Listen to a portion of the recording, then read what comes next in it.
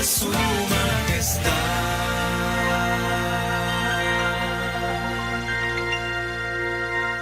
Leí la historia de Melanie, que cuenta que su hijito nació con una sonrisa en el rostro. Los hoyuelos, dicen los papis, nunca se le borraron de las mejillas. Cooper se llama el niño. Leí la historia, para ser honesto, ayer por la mañana, temprano. Nació en una familia cristiana, Cooper, criado en una granja, en una gran finca, lleno de animalitos, de caballos, gallinas, y casi una infancia perfecta. Allí en la finca, como ellos tienen dinero o están más o menos cómodos financieramente, tienen varios cochecitos playeros, así les llaman. Son cochecitos mecánicos donde pueden los niños jugar, andar. Generalmente lo hacen con sus papis. Y la finca tiene varias pendientes, y entonces lo divertido de esos cochecitos es que pueden descender por la pendiente y produce esa sensación de montañas rusas, pero sin moverse obviamente de la granja. El 17 de julio del año 2009, mientras Melanie, la mamá, iba a comprar unas baterías para uno justamente de esos cochecitos, el otro que quedó funcionando, se subió el niñito de 5 años y descendió por la pendiente como lo hacía siempre con su papá, pero esta vez sin un mayor al lado. El cochecito dio varios tumbos, por alguna razón, dio varias vueltas, y Cooper, el chiquito, quedó inconsciente. Llamaron al 911 y lo llevaron al hospital. Para cuando Melanie, su mamá, llegó, el nenito, el chiquito, había partido al cielo. Y de pronto la familia cristiana se encontró haciendo lo que nunca pensaron que iban a hacer para su hijo: seleccionar un ataúd. Se encontraron planificando un funeral, que es algo que nunca uno planifica hacer, aunque tenga un abuelito viviendo en casa. Uno no dice, así imagino el funeral. Uno no quiere imaginarse, no quiere pensar en eso. Cayeron en un aletargamiento mental. Cada mañana al despertar lloraban desconsoladamente. Cuando cobraban fuerzas y se armaban de valor para levantarse de la cama, había un montón de familiares debajo, en la planta baja de la casa, esperándolos para orar por ellos, para darles aliento. Y ellos cuentan en un libro que soportaban todo el día lo más posible, tratando de distraerse. Aguantaban todo el día, pero para llegar a la cama, que era el único descanso, llegar a la cama y ponerse a llorar hasta entrada la madrugada y que el cansancio los venciera. Dice ella, Melanie, ni las pastillas para dormir lograban quitarme tanto dolor. Y su padre lo define de la siguiente forma. Él dijo: no hay clase, no hay escuela ni libros en este mundo que pueda prepararte para cuando un hijo se te muere en tus brazos. Ahora sabemos lo que significa estar en el fondo del foso. Esa frase a mí me impactó ayer por la mañana, el fondo del foso. Porque si ustedes habrán notado, y si se han congregado por mucho tiempo aquí o en otras congregaciones, siempre se nos ha predicado cómo salir del foso. Siempre se nos ha dicho que vamos a salir, de hecho, del foso, porque es una promesa de Dios. Cuando hablo del foso, hablo de ese sitio donde uno literalmente toca fondo.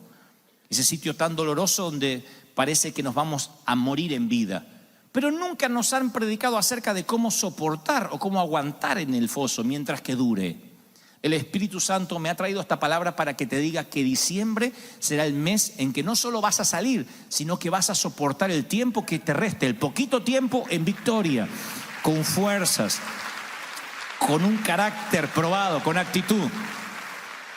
El fondo del foso nos remite a José, que cuenta un sueño a sus hermanos, se llenan de celos y lo tiran literalmente al fondo de una cisterna.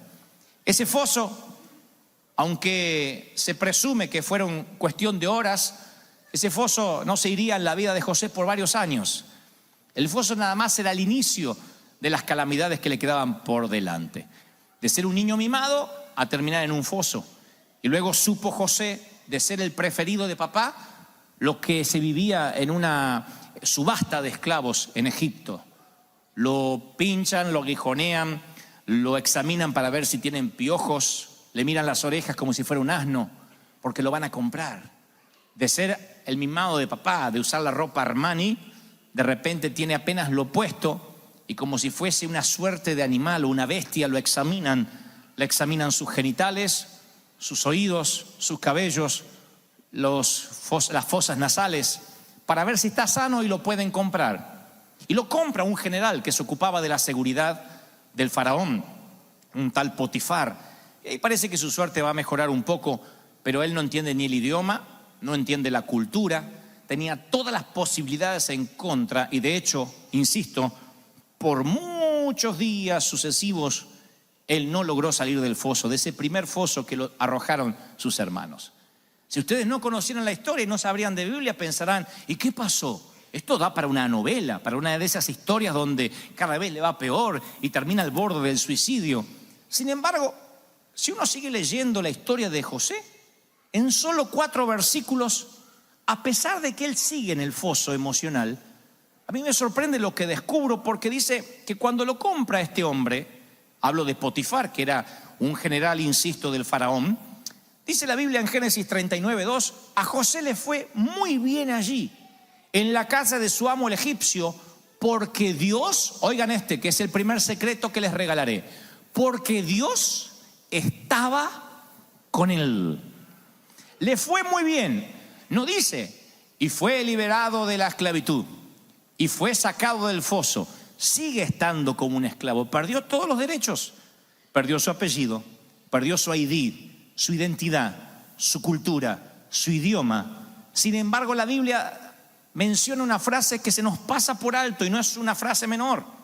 Dios estaba con él. Y Dios estaba con él.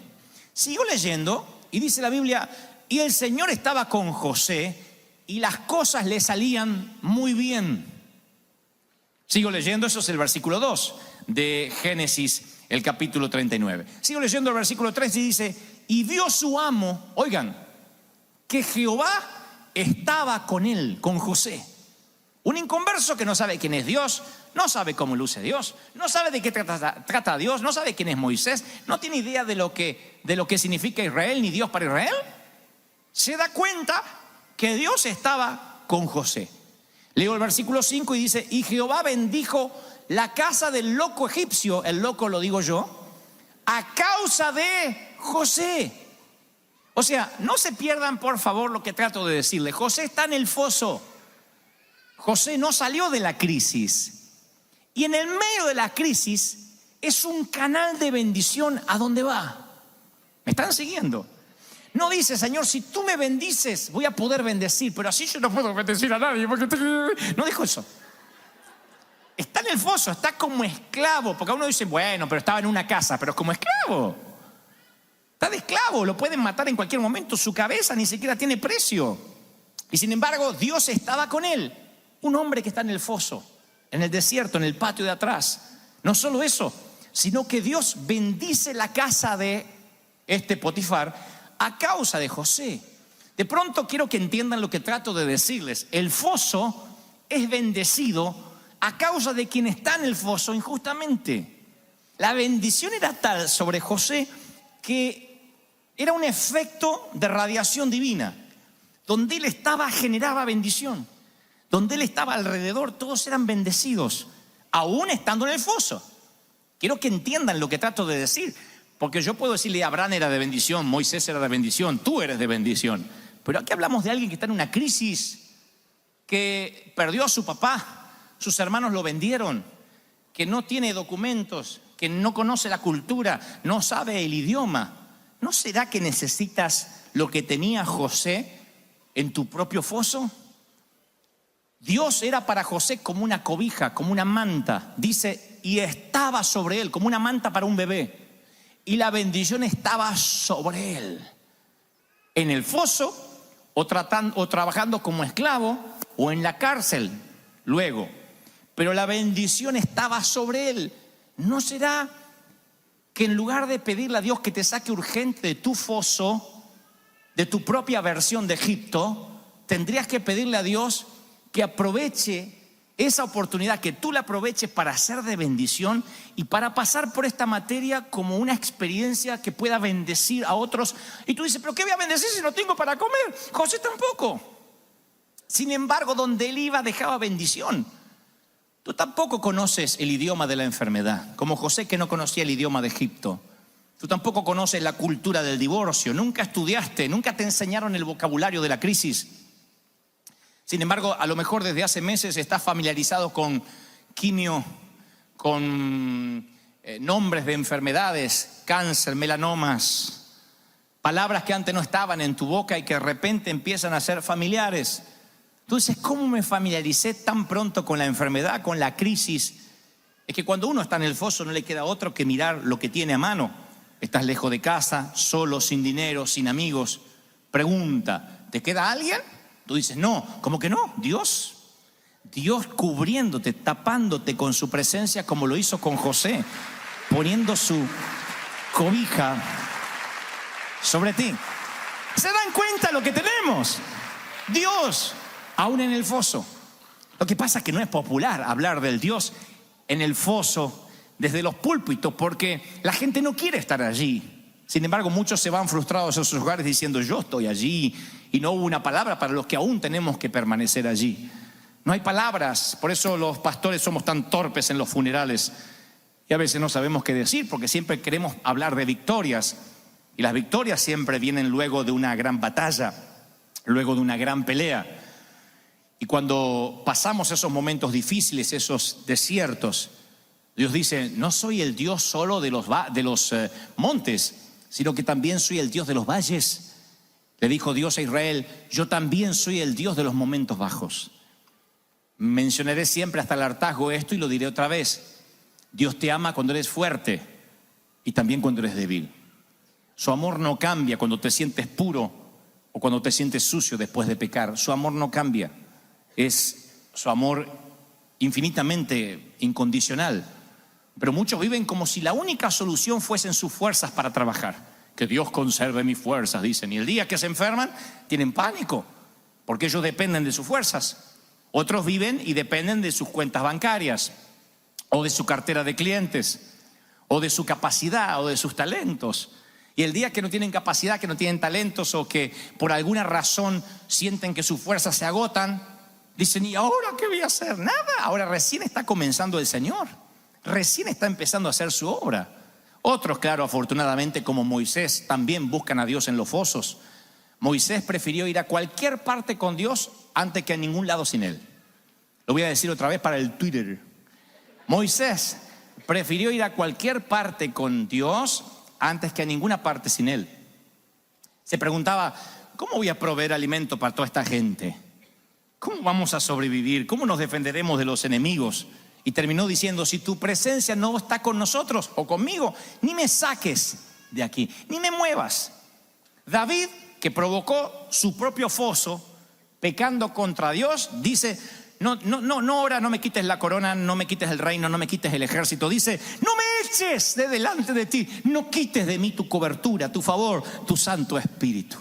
O sea, iglesia amada, hijitos queridos, dice el Señor, entonces, ¿cuál es el secreto para permanecer en el foso?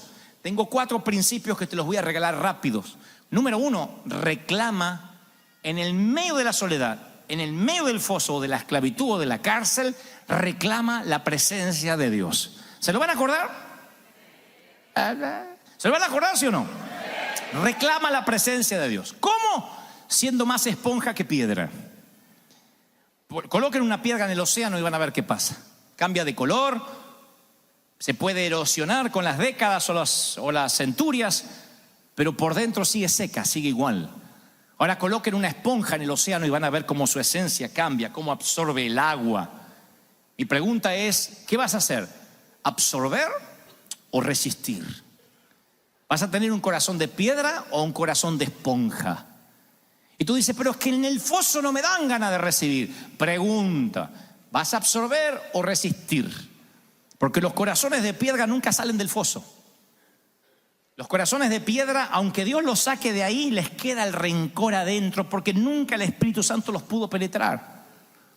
Yo escuchaba el testimonio de una dama que fue engañada por su marido y ella lo perdonó, pero después disfrutaba el poder que le había dado ese perdón, porque manipulaba a su esposo, porque lo tenía como un hijo, porque le había faltado el respeto y cualquier cosa decía, me vas a volver a engañar. O sea, había adquirido un poder de un perdón que no fue genuino y ella disfrutaba ese poder putrefacto, ese poder maquiavélico que le daba el que su esposo se hubiera equivocado. ¿Qué es esto? Un corazón de piedra. Y ella, si yo hablara con ella, me diría algo como: con lo que pasé, merezco que me haya endurecido. Pero los corazones que se endurecen nunca pueden tener la cobertura del Espíritu Santo. Si José se hubiese endurecido, llenado de odio porque sus hermanos lo tiraban al foso, hubiese tenido mucha razón. ¿Tenía razones para enojarse? Claro que sí. Sin embargo, decide ser una esponja y toma para sí las palabras que años más tarde el escritor a los Hebreos diría en Hebreos 13:5: nunca te dejaré, jamás te abandonaré, dice Dios. Nunca, nunca te dejaré. Yo me aferraría a esas palabras como un paracaídas, mi querido. Yo diría, lo que me acuerdo del servicio de hoy a la mañana es que Dios dijo: no, no te dejaré, no te abandonaré, no voy a dejarte, no, yo estoy contigo, me he empecinado con tu vida. Aférrate a eso hasta que hagas callar la voz de la angustia, hasta que la voz del dolor se calle, y recuerda que el Señor tu Dios está en medio de ti como guerrero victorioso, dice Sofonías. Como guerrero victorioso. El salmista dijo: cuando siento miedo, pongo en ti mi confianza. Salmo 56:3. Salmos 42:5 dijo: ¿por qué voy a inquietarme? ¿Por qué me voy a angustiar? Si en Dios puedo poner mi esperanza y todavía lo voy a alabar. O sea, no equipares a Dios con tu buen humor o con lo que sientes. ¿Te sientes contento, de mal humor o no, feliz o infeliz? Dios está siempre, no importa lo que sientas. Nunca te deja. Así que no importa la sensación, reclama la presencia de Dios contigo. Número 2, aférrate en el foso a tu carácter, a lo que has aprendido. Extrae de la Biblia las cualidades más profundas del Señor y atesóralas. Porque cuando uno va al foso necesita aferrarse a todo lo que uno aprendió. Para eso venimos a la iglesia, para entrenarnos, para momentos duros, para los momentos lindos, para los momentos difíciles, para los fáciles. Yo siempre pienso, la tristeza puede llegar cuando se pone el sol, pero cuando más oscura esté la noche, nunca ha fallado, nunca, desde que nací, siempre está cerca el amanecer. Cuanto más oscura está la noche, siempre está cerca el amanecer. Alguien reciba esta palabra de parte del Señor. Cerca. ¡Aleluya! 3, además de aferrarte a tu carácter y reclamar la presencia de Dios, 3, manifiesta tu dolor en la oración. Oigan, noten que yo siempre digo: clamen. Cuando estás en un foso te tienes que caminar por toda la casa. Camina por toda la casa, pero tienes que acostumbrarte a esas oraciones persistentes. ¿Estás enojado con Dios? Díselo. A veces es mejor levantar un puño cerrado a Dios que darle la espalda e irse. Díselo. Si estás enojado, díselo. Abraham se enojó con Dios. Moisés tuvo varios enojos con Dios. Si tienes un enojo, tienes que decírselo.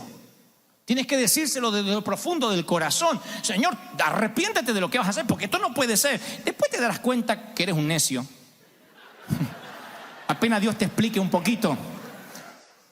Decía San Agustín, hablando de santos: cuán hundidos en el foso están aquellos que ya ni siquiera claman por salir.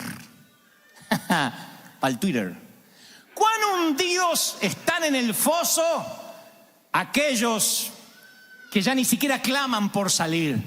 Vieron que hay gente que les gusta el foso, porque les voy a contar. La cloaca es repugnante y repulsiva al principio. Luego te acostumbras al olor a cloaca. O nunca han estado en un baño público de esos que carecen de higiene desde hace muchos siglos, pero tienes que ir porque no te queda otra, sino también vas a carecer de higiene. Y llegas y dices: qué olor, qué olor, qué olor. Al poquito tiempo sientes olor a pino. A pino silvestre.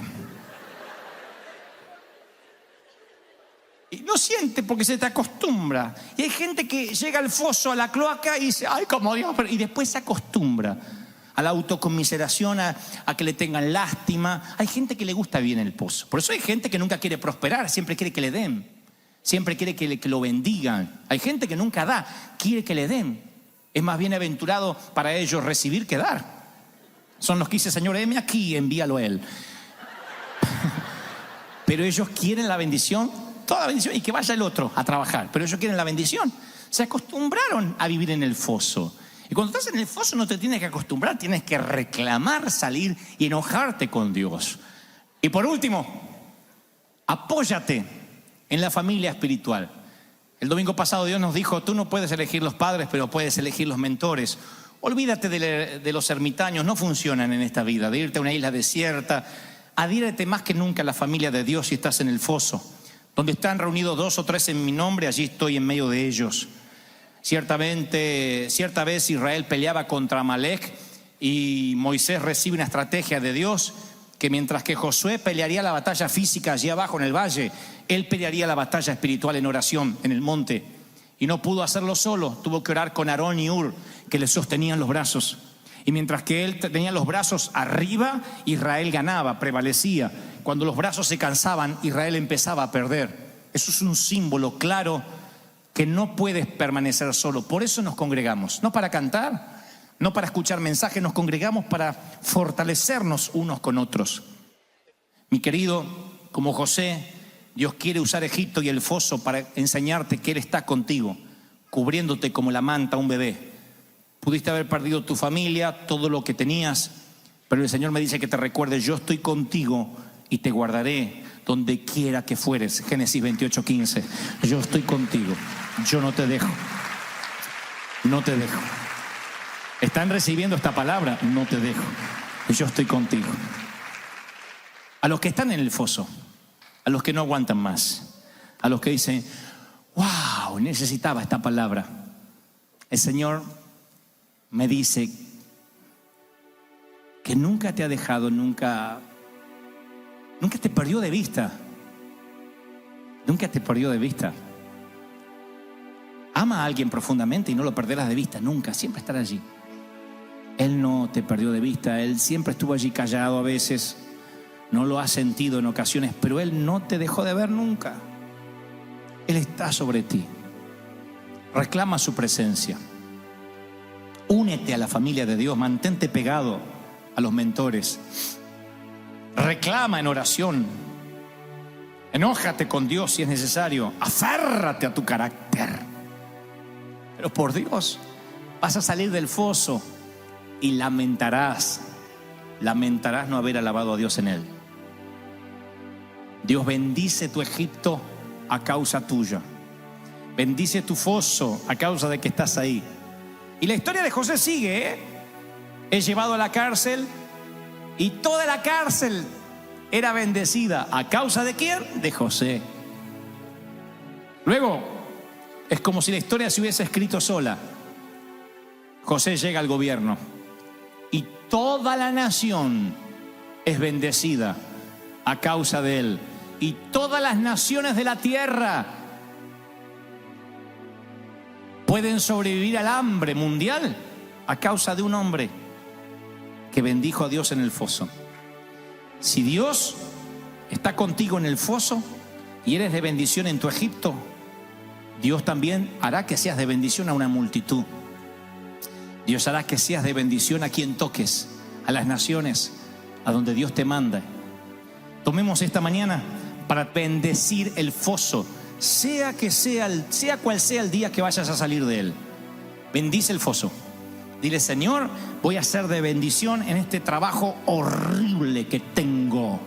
Voy a ser de bendición para mis amigos, para mis compañeros de trabajo, que si no fuese por ese jefe que me paga mal y me maltrata, no me habrían conocido. Voy a ser de bendición en esta casa prestada, en este auto que no arranca. Voy a ser de bendición en este país sin papeles, como esté mi estatus, pero voy a ser de bendición como José, porque el favor de Dios está sobre mí, donde quiera que vaya. Siempre eres rey, siempre eres príncipe.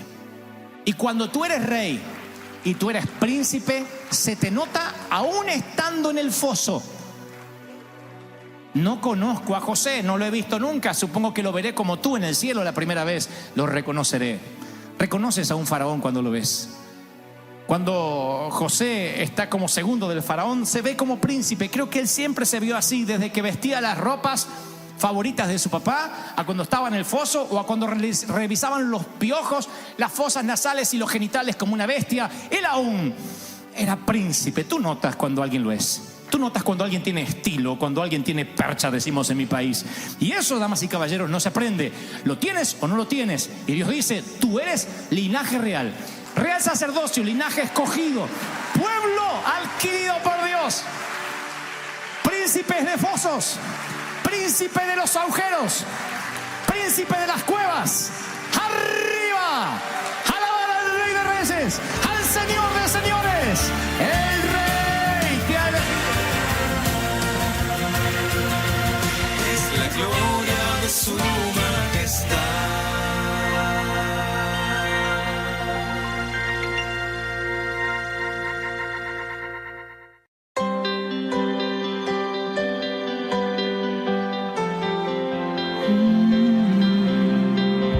Viento de alguna otra parte,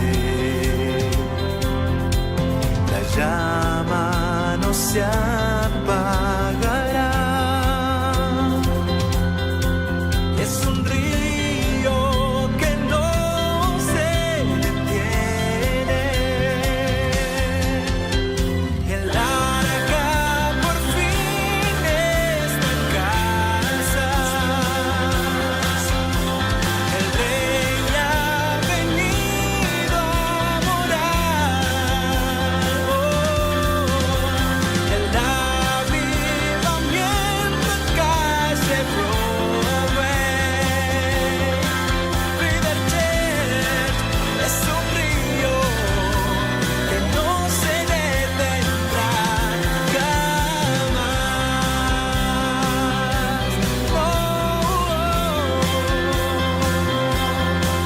River Church es un río que no se detendrá jamás.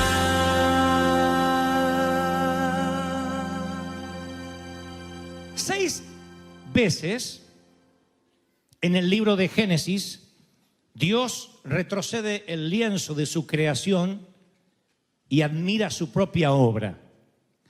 Lo estaba leyendo hace unos momentos antes de comenzar el servicio, que durante la creación, Dios, cada vez que hacía algo y decía, produzcan los árboles, las semillas y el fruto, y retrocede Dios y ve que era bueno. Vio que su obra era buena, se deleitó. Puso los mares en sus cauces y dijo, y vio que era bueno. 6 veces le gustó lo que él hizo. Es la primera emoción, la primera reacción del Todopoderoso a su propia creación. Si uno dijera, ¿cuál es la primera emoción de Dios? Que aparece, por supuesto, en las Escrituras. Es el deleite, la alegría. Y vio que lo que hizo era bueno. Es la primera emoción que Dios expresa. Y la palabra hebrea que se utiliza en las Escrituras es tov, teo bealta, que significa alegría indescriptible, puro deleite, alegría. Hay una versión que dice carcajada. ¿Vio cuando algo sale tan lindo que te dice ¡ja, ja! Y lo celebran de lo profundo del ser? Bueno, así el Señor celebró su propia creación, con alegría, con deleite. Y esa es la barra, esa emoción establece la barra, la valla, la medida de nuestra emoción, porque Él se deleita en lo que Él hace y Él no quiere nada menos para nosotros. Él quiere que nos deleitemos en su creación, que nos deleitemos unos con otros y sobre todo que nos deleitemos en Él. Cuando uno se deleita en el Señor, uno se pone más alegre, dice voy a servir al Señor, lo hace con júbilo y el Señor se alegra de que te deleites. Ahí es cuando te concede los deseos del corazón. Y he aquí el punto chato, diría el apóstol Cantinflas. Quiero hablar del deseo. Quiero hablar de eso que fue prohibido por la iglesia por años. De donde yo provengo, si una prueba de fuego para saber si estabas en Dios o estabas en el diablo, una prueba de fuego para determinar si algo era pecaminoso o no, era si sentiste placer al hacerlo. Si te dio placer hacer algo, seguro que era pecado. Así nos medíamos las cosas. Hermano, ¿cómo te fue en las vacaciones? Bien, disfruté.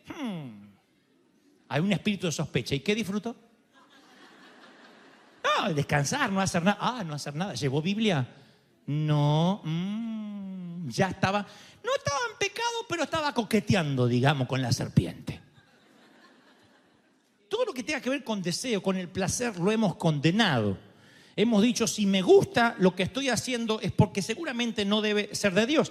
Si Dios tendría que pasar por esa prueba que la tradición nos hizo pasar a nosotros, Dios sería el primero en fracasar, porque Él dijo que le gustó, que sintió placer en todo lo que hizo y vio que era bueno y se alegró. Así que cuando el salmista dice, a tu diestra están los placeres para siempre, no habla de los placeres ilícitos, habla el placer de lo bueno. Yo no sé cuándo empezamos a creer que Dios siempre quiere enviarnos a lugares que no queremos y siempre nos quiere hacer cosas que no queremos hacer. Yo entiendo que la cruz implica sacrificio, pero cuando te deleitas, aún la cruz se hace ligera, como dijo el Señor, ligera es mi carga, no es pesado mi yugo. Él no estaba negando la cruz, Él estaba diciendo, puedo llevar la cruz a pesar del dolor, porque el amor equilibra la balanza.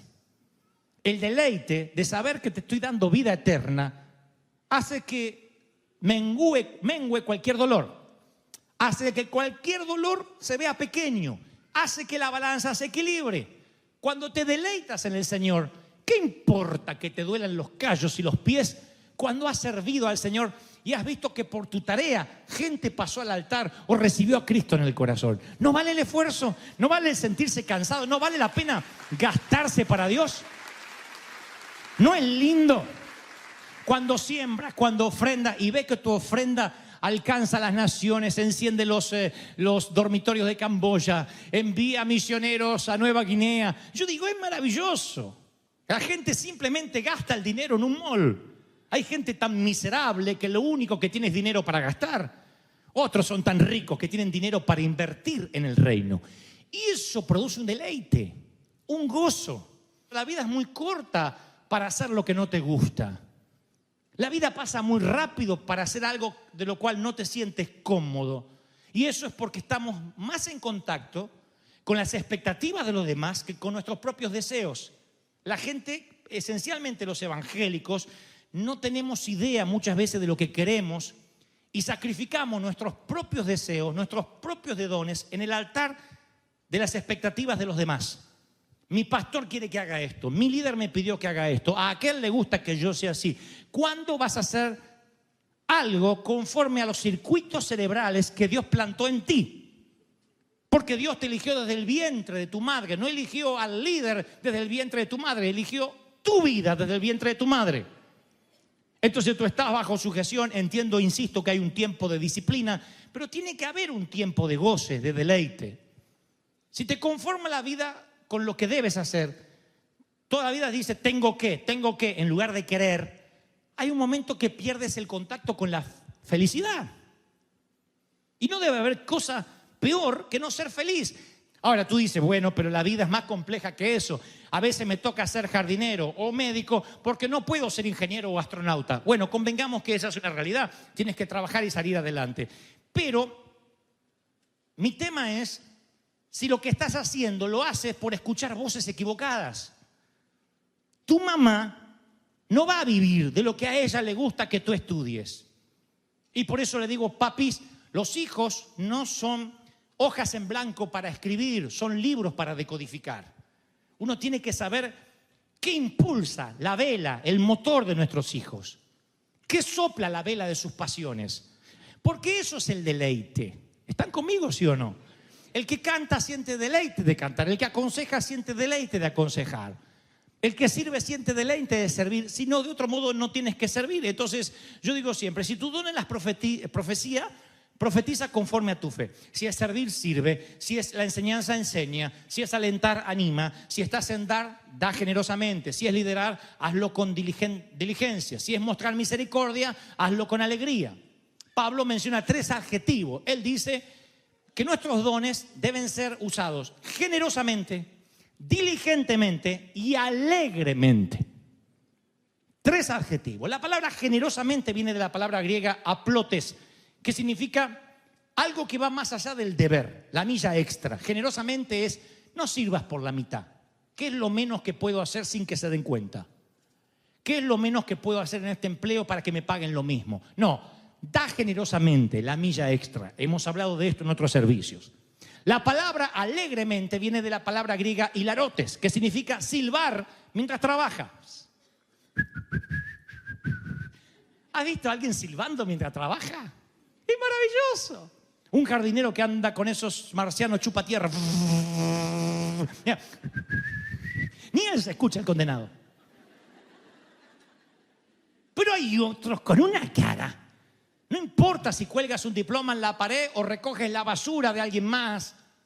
Si silbas, significa de que estás alegre. Estás alegre de que tienes pulmones, de que te levantaste esta mañana y que Dios te da la providencia divina de que, por ejemplo, no te tienen que empujar en una silla para que puedas avanzar. Ya eso es un avance. Y Pablo dice, hazlo con alegría. Y luego usa la palabra diligentemente, de la palabra griega spoude. Es el ojo de la excelencia, es mostrar cuidado al detalle, indica una mejora continua. Diligencia significa deleitarse en lo que haces. Martín Lutero dijo una vez, el zapatero cristiano no tiene que ponerle cruces a sus zapatos. El zapatero cristiano tiene que hacer buenos zapatos porque a Dios le interesa la buena artesanía y la excelencia. Si haces lo que Dios te mandó a hacer con excelencia, Dios te va a honrar. Yo creo que no había mesas con patas torcidas ni cajones mal ajustados que hayan salido de la carpintería de Nazaret. Dios no hacía un mal trabajo de carpintero. Imaginen, es un pueblo chico. Todo lo que pasa allí en Jerusalén, todo se sabe. Si eres un mal carpintero, si haces mal trabajo, o te mudas a otra ciudad, o te vas muy lejos, pero no digas que eres el Mesías. Porque te van a decir, me debe la mesa que me prometió. Vino a casa a ajustarme un cuadro, me lo dejó torcido. Jamás verán a Jesús diciendo, oíste que fui un pésimo handyman. Mas yo digo, yo soy el Salvador. No es que te echaron por burro o por inútil y entonces te dedicas a servir al Señor. Dios dice, todo lo que hagas, hazlo con diligencia y con gozo. ¿Cuántos van a probar mañana lunes ir con gozo a hacer lo que tienen que hacer? ¿Cuántos me lo prometen? Pruébalo, funciona. Si te levantas cada mañana diciendo, hoy voy a aprender algo nuevo, independientemente de que curses una universidad o no, o de la edad que tengas, no creerás cómo llegarás a diciembre. Tienes que decir, tengo que aprender algo nuevo. Busca algo que te interese, algo que encienda tus pasiones. Dios va a honrar eso y te va a regalar deleite, te va a regalar gozo del Señor. Hay una película, una de las geniales películas, no es de las más comerciales ni conocidas, reflejan la vida de Jesús según el Evangelio de San Lucas. El actor pertenece al ministerio de Oral Roberts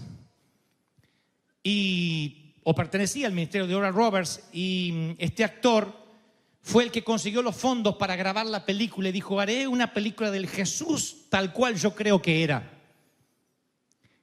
Y cuando Oral Roberts fue al estreno, dicen los que estaban allí presentes que en esta escena que les voy a contar ahora, literalmente él saltó de la silla y dijo, sí, yo sabía que era así, y aplaudió de pie, interrumpiendo la función.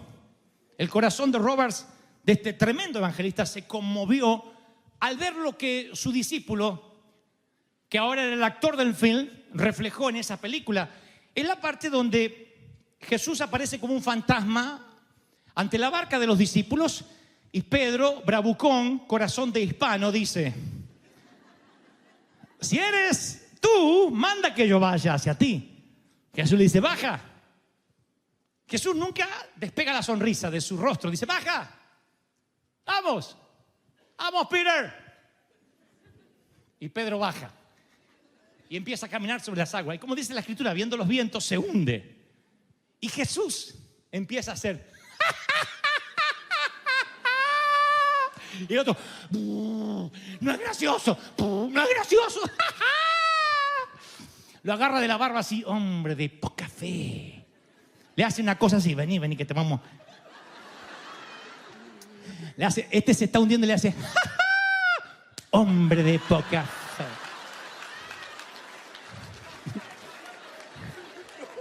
fe. No me vuelvo a reír porque no canta. Y lo levanta. Y el otro queda todo chamucado y Jesús se ríe y lo abraza. me cambió la perspectiva de ese episodio, porque la Biblia nos dice que Jesús estaba enfadado. Pero, hombre de poca fe, ¿cuántos hay aquí de poca fe? Y tú te vas al infierno. Ay, a mí me falta fe, te vas a hundir. Yo creo que Jesús, y luego haría bromas durante las pláticas junto al fogón. Pedro, ¿mucha agua tragaste? No es gracioso, Jesús. No es gracioso. De hecho, no es gracioso. Vamos, Pedro. Ese Jesús está reflejado en una de las mejores películas que reflejan la locura, la alegría. Y creo que cuando ignoras esas emociones, cuando las reprimes, cuando las suprimes, te pierdes la voz de Dios. ¿No es acaso lo que siente Nehemías? Que cuando le cuenta a alguien que los muros de su ciudad se han caído, dice, y lloré, me conmoví. No dice, y lloró en el espíritu, lloró. Cuando te indignan las cosas que le indignan a Dios, cuando lloras por lo que Jesús lloraría o te ríes por lo que Jesús reiría, entonces tus emociones están alineadas con el corazón de Dios. Ven y deleítate en el Señor. ¿Y qué hará Él? Y Él concederá los deseos o las peticiones de tu corazón. La pregunta es, ¿para qué lo estás haciendo? Y no es una pregunta que te haces una vez en las aguas del bautismo y ya, insisto, es una batalla diaria. La línea es tan fina que en cualquier momento tú la cruzas. Y cuando la cruzas, un día estarás quedándote con la gloria y en el reino de los cielos, apenas cruces esa línea, Dios retira su favor. En el reino de Dios, si haces lo correcto por las razones equivocadas, Dios retira su favor. Lo diré otra vez. En el reino de Dios, si haces lo correcto por las razones equivocadas, Dios quita su mano. Porque gente que haga lo correcto Él puede conseguir, pero Él necesita alinear tus motivaciones con lo que te mandó a hacer. Allí está el deleite. Ahí tú sirves a Dios con alegría. Primero tienes que identificar cuál es tu don.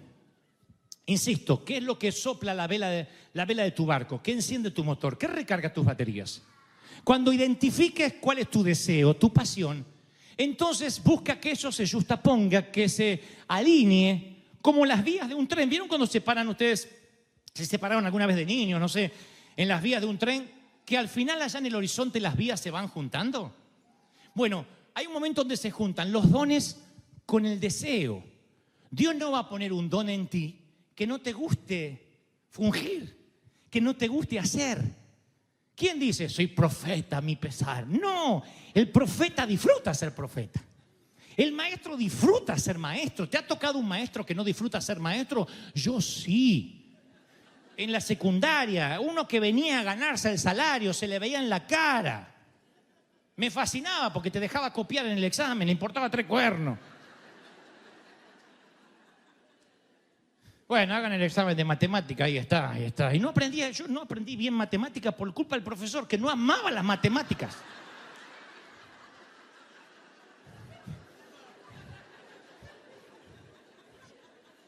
Sonó flojera, ¿no? Pero no.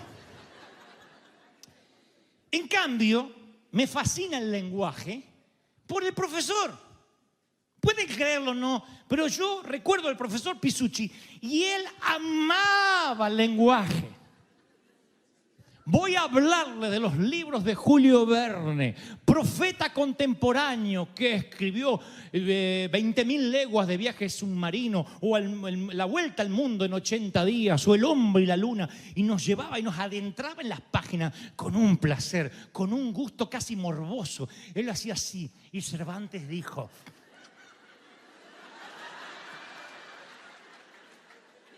Y tú decías, yo quiero leer. Yo quiero ser como este hombre.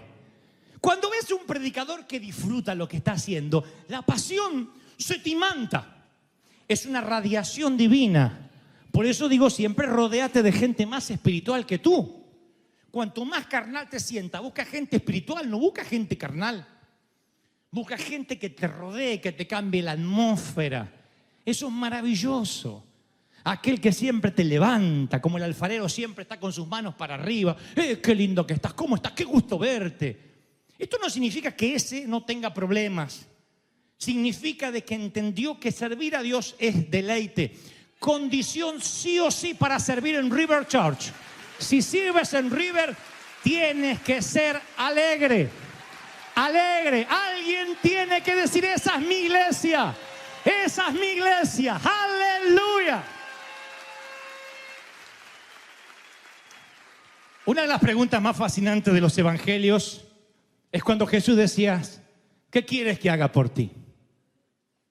Casi era una pregunta retórica porque se la hace, por ejemplo, a un ciego. El ciego no va a decir recuperar el oído. ¿Qué quieres que haga por ti? Él quiere su vista, por supuesto. Pero ¿para qué Jesús haría la pregunta? Y la respuesta es simple. Dios siempre quiere saber cuáles son los deseos de tu corazón. Si Jesús pidiera a la persona promedio que asiste a la iglesia, ¿qué quieres que hoy haga por ti? 9 de cada 10 hoy, acá en este servicio no sabrían qué pedirle al Señor. No voy a tratar de avergonzarlos, pero muchas veces estando en otro país hice la prueba y me acerqué a alguien y le dije, ¿qué quieres que haga Dios por ti? Que me bendiga. Ya sé, ya estás bendecido, pero ¿qué quieres que haga?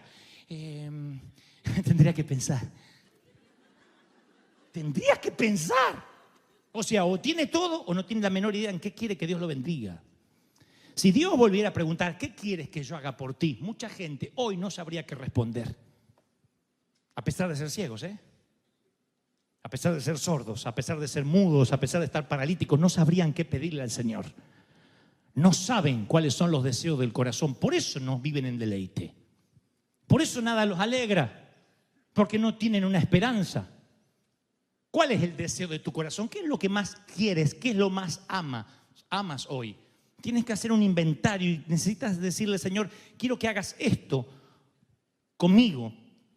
Porque si no tienes idea de cuál es tu deseo, es porque has perdido el contacto con lo que realmente quieres. ¿Qué deseas? ¿Hay solteros aquí? ¿Qué deseas? Un siervo de Dios. Mira que en la luna de miel no van a leer la Biblia,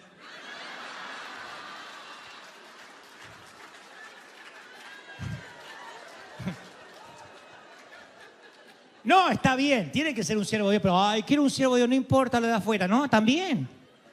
En el servicio pasado yo conté de un muchacho que estaba enamorado de una chica que era bastante fea, bastante asimétrica, pobrecita, pero cantaba increíblemente bien.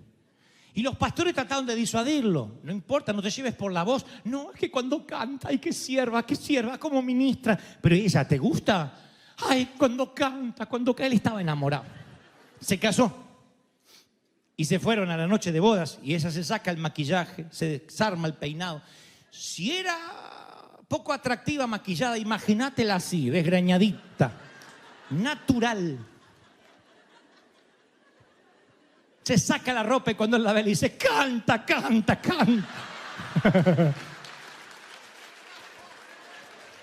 Así que tienes que saber bien qué deseas. Que sea un siervo de Dios. Y por fuera, ¿cómo lo quieres? ¿Qué le gusta? ¿Cuáles son sus hobbies? ¿Es alto, es bajo, es chaparrón? No me digan, no me importa el exterior. Porque cómprate un perro que es fiel, no habla, no se divorcia. ¿Qué deseas?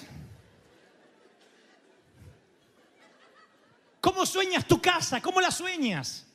No tiene que ser una mansión, pero ¿cómo la sueñas? Costa este, costa oeste, montañas, mar, océano, ¿qué hay enfrente? Pocos vecinos, muchos vecinos, te gusta platicar mucho, te gusta la soledad. ¿Qué hay? Una cerca blanca, sin cerca, árboles, no hay árboles, el desierto, hay lagartijas, ¿qué hay? El Señor necesita que identifique los deseos de tu corazón. ¿Cuáles son los deseos de tu corazón? Y el Señor te va a alinear con los deseos de tu corazón. No es tan malo porque los deseos los puso Él. Y tú vas a desear aquello que esté centrado en la voluntad de Dios, al fin y al cabo. Y entonces tú necesitas identificar qué es lo que te hace feliz, tu sweet spot, qué es tu punto dulce. ¿Qué es lo que dices? ¡Wow! Yo podría vivir, haría esto sin que me paguen. Qué lindo encontrar a alguien que hace lo que hace sin que le tengan que pagar, pero que además le pagan. Es fascinante. Alguien que diga, yo no haría esto por dinero. Yo lo hago por pasión y entonces Dios hará que venga el dinero y los recursos. Porque lo haces con pasión. La pasión hace que alguien quiera pagarte por lo que sabes hacer. ¿Reciben esta palabra, sí o no? Voy a culminar con esto. De la cuna a la tumba hay una frase que te dice: sé normal, sé una copia al carbón como los demás. Hay un doctor, un científico, se llama Gordon Mackenzie. Él dirige talleres de creatividad en escuelas primarias y él suele hacer un ensayo y es preguntar en el primer año de la escuela primaria: ¿cuántos artistas hay en este salón? Y siempre todo mundo levanta la mano, la clase entera, como maníacos. Todos son artistas porque todos pintan y dibujan. Garabatos, pero todos se consideran artistas. Él luego va al segundo año de la misma escuela primaria, hace la misma pregunta y la mitad de los niños se sienten artistas. Otros abandonaron los dibujos, las pinturas, los crayones, sienten que no sirven para eso. Al tercer grado, solo 10 de 30 niños levantan la mano. Para el sexto grado hay 1 o 2 manos tímidas. Ya no hay más artistas y él llega a la siguiente conclusión, me pareció fascinante. Él dice, Mackenzie, que cada escuela primaria en cualquier parte del mundo suprime el genio creativo, educando al niño para que abandone su tontería natural que trae de nacimiento. Todos somos un poco tontos, ¿sabía?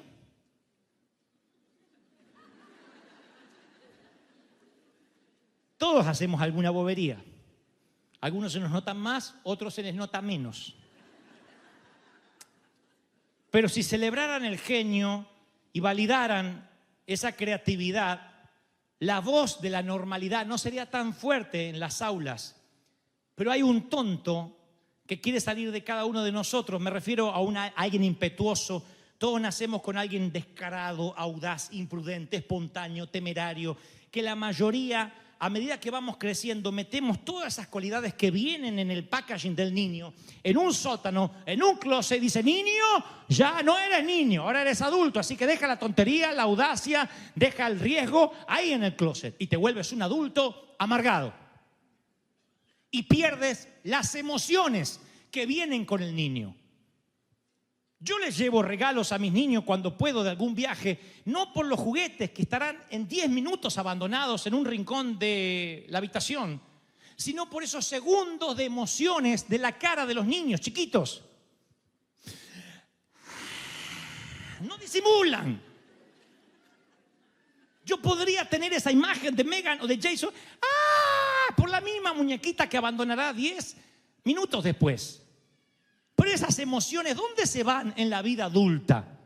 ¿Por qué las suprimimos? ¿Por qué decimos no, eso es para los tontos? Eso de andar mostrando es mejor ocultarlo. Miren, la salvación es más que perdón de pecado. El Señor dijo que vino a liberar a los cautivos. Y Dios quiere librarte de la chaqueta psicológica que te han metido, del chaleco de fuerza que te han metido. Y yo te digo de parte del Señor, mientras la música dura, baila. Al sonar de la música, baila. No te pierdas el baile. Baila, baila, baila. Baila para Dios, baila mientras la música esté sonando. Y ese deleite lo va a honrar el Señor si crees que Dios habló. Ese aplauso tiene que oírse fuerte, fuerte, fuerte. Danza, danza, baila. Aleluya.